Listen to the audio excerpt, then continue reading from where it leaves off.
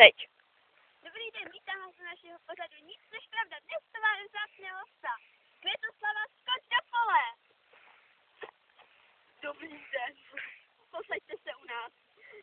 Dobrý židle. Přejdeme na první otázku. Máte aj? Jo. Zeptáme se naší paní, jestli to je pravda. Je to pravda. Dobře.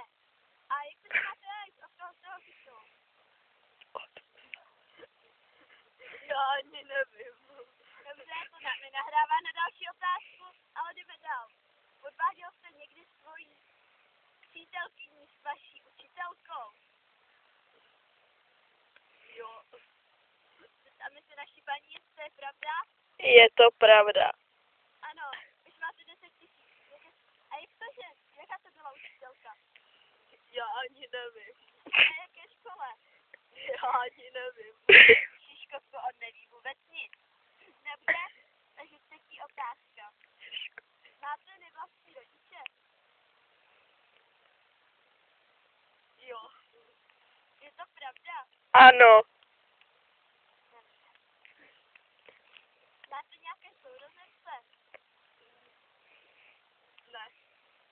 Je to pravda? Ano. Čekal jste někde trávník?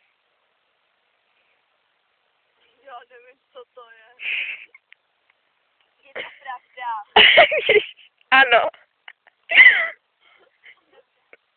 Co jíte, celozrnný chleba nebo ovesný chleba? Co je to chleba? A víte, co je rohlík? Jo. No, taky rohlík. Ano. Je to pravda. Ano. Dobře, a teď vašeho, to už máme 7. otázku, že ano? Jo. Tak se tam budete klepat, jo. Jsou 7. otázky a pan má už nějaký 50 000. A když odpoví naši poslední 10. otázku, dobře, dostane 5 milionů.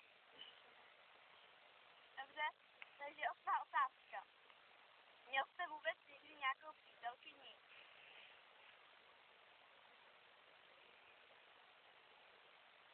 Ne, je to pravda? Ano. A proč jste říkal, že jste podváděl svoji přítelkyni? Já ani nevím. 9. otázka. Proč nosíte tu trapnou čapku? Je to součást mojí image. Vidíš, vám dává zabrat. Je to pravda? Ano. Dobře, a přejdeme k naší poslední otázce. To můžete dostat 5 milionů, když odpovíte správně. Jste idiot. Jste idiot. Ano. Je to pravda? Lež. Vy nejste idiot. A víš, že to sebe děláte? Já ani nevím. Takže my se rozloučíme s naším hostem, panem Skoč do pole.